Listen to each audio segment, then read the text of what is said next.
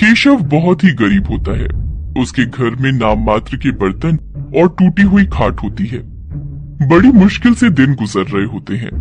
एक दिन की बात है, जब केशव परेशान बैठा होता है, तब उसकी पत्नी सुमन उसके पास आती है और कहती है, क्या बात है जी, आज तो आप कुछ ज्यादा ही उदास लग रहे हो।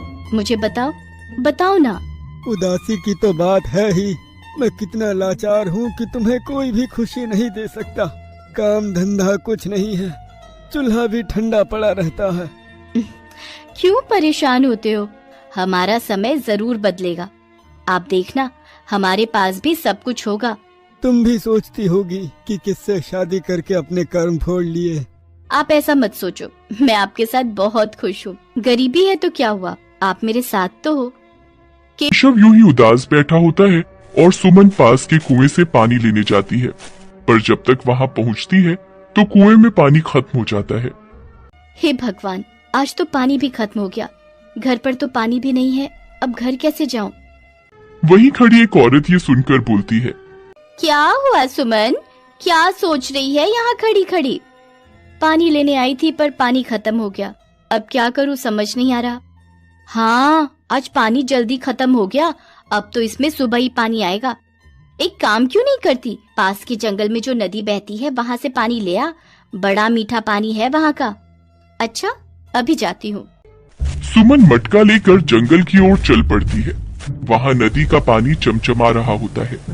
जैसे ही वो पानी भरने के लिए झुकती है तो उसकी नजर उसमें तैरने वाली मछलियों पर पड़ती है। ये सब देखकर, अरे यहाँ तो बहुत सारी मछलियाँ हैं और ये कितनी साफ सुथरी भी है। पानी इतना अच्छा है तो मछलियाँ भी तो अच्छी होंगी ना। सुमन जब मछलियों को देखती है तो उसके मन में विचार आता है और वो भागी भागी अपने घर जाती है। क्या हुआ, तुम इतना हाँफ क्यों रही हो, क्या बात है?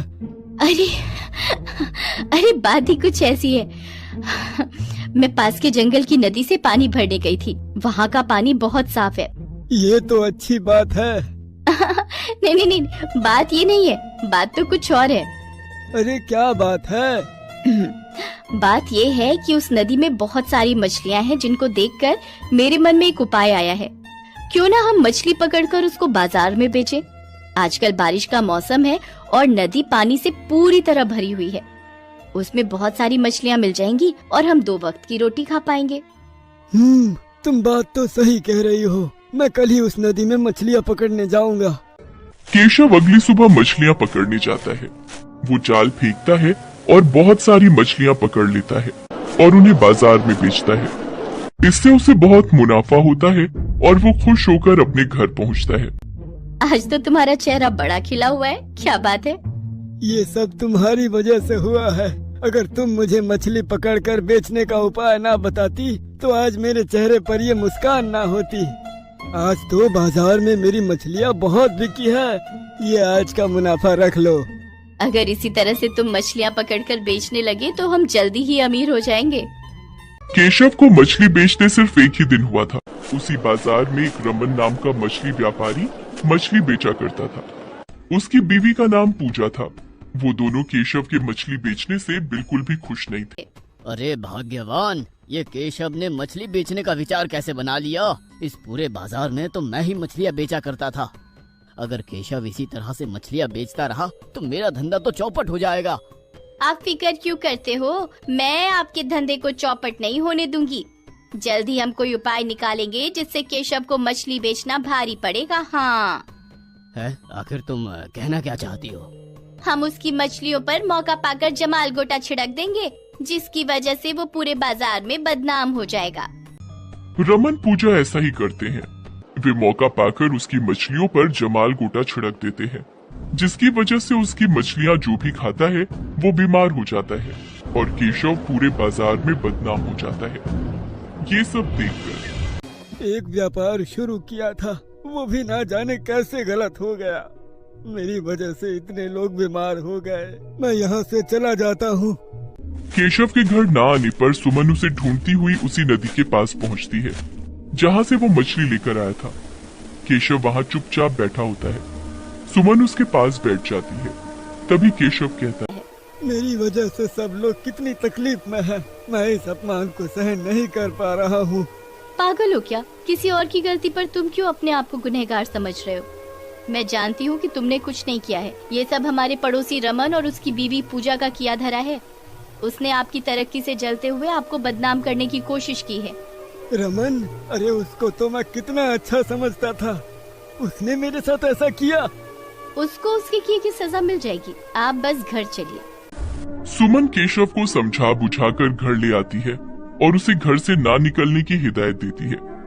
वो कुछ मुर्गियां ले आती है और उन्हें ऊपर के एक कमरे में बंद कर देती है। कुछ दिन बाद जब रमन और रमन की बीवी केशव को नहीं देखते हैं तो उन्हें खलबली मचती है और अरे ये केशव बहुत दिनों से दिखाई नहीं दे रहा। उसका धंधा क्या चौपट किया, तब से उसके तो दर्शन ही दुर्लभ हो गए। आखिर कहाँ चला गया? कहीं और कोई धंधा करना तो शुरू नहीं कर दिया उसने? उस केशव के बस की कुछ नहीं है, बस उसकी बीवी बहुत चालाक है। तुम चिंता मत करो, मैं उसकी बीवी से बहला फुसला कर बात निकलवा कर लाती हूँ।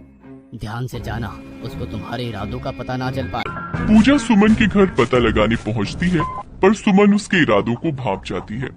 अरे बहन, बहुत दिनों बाद याद आई। आओ, कैसी हो? मैं तो ठीक हूँ। केशव भाई साहब बहुत दिनों से नहीं दिख रहे। क्या उन्होंने कोई दूसरा व्यापार शुरू किया है?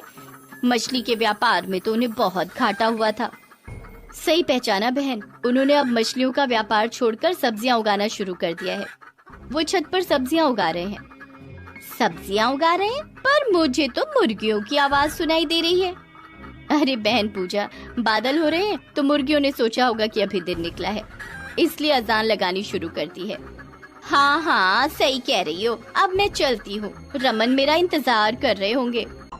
पूजा अपने इरादे कामयाब होते सोचकर बहुत खुश होती है और रमन को जाकर सारी बात बताती है। रमन भी उसकी नकल कर सब्जियां लगाने की सोच बैठता है और अपनी छत पर बहुत सारी मिट्टी डालकर उसके अंदर बीज बो देता है। मछलियों में इतना मुनाफा कहाँ हो रहा था, अब तो मैं सब्जियां बेचूंगा और देखना हर कोई मेरी ही सब्जियां खरीदेगा। केशव अपने आप को ज्यादा होशियार समझता है ना। वो सोच रहा होगा कि सब्जियों का विचार तो किसी के मन में नहीं आ सकता, पर मैं भी उससे कम नहीं हूँ। रमन जब अपनी छत पर सब्जियां उगाता है तो सब्जियों की जड़ें उसकी छत को तोड़कर नीचे तक आ जाती हैं, जिसकी वजह से बारिश में छत टपकने लग जाती है। उधर केशव अपनी मुर्गियों के अंडों को बेचकर बहुत सारा मुनाफा कमाता है और कुछ ही दिनों में एक बंगला और एक गाड़ी खरीद लेता है। वो उस गाड़ी में सवार होकर रमन के घर के आगे से निकलता है। ये सब देखकर अरे ये तो केशव है। ये तो इतना अमीर हो गया कि इसने गाड़ी भी खरीद ली और हमारी तो यहाँ छत टपक रही है। कैसी हो पूजा भाभी? तुमने क्या सोचा कि हम अपना राज तुम्हें दे देंगे? अरे मैं सब्जियों का नहीं बल्कि मुर्गियों का पालन कर रहा था।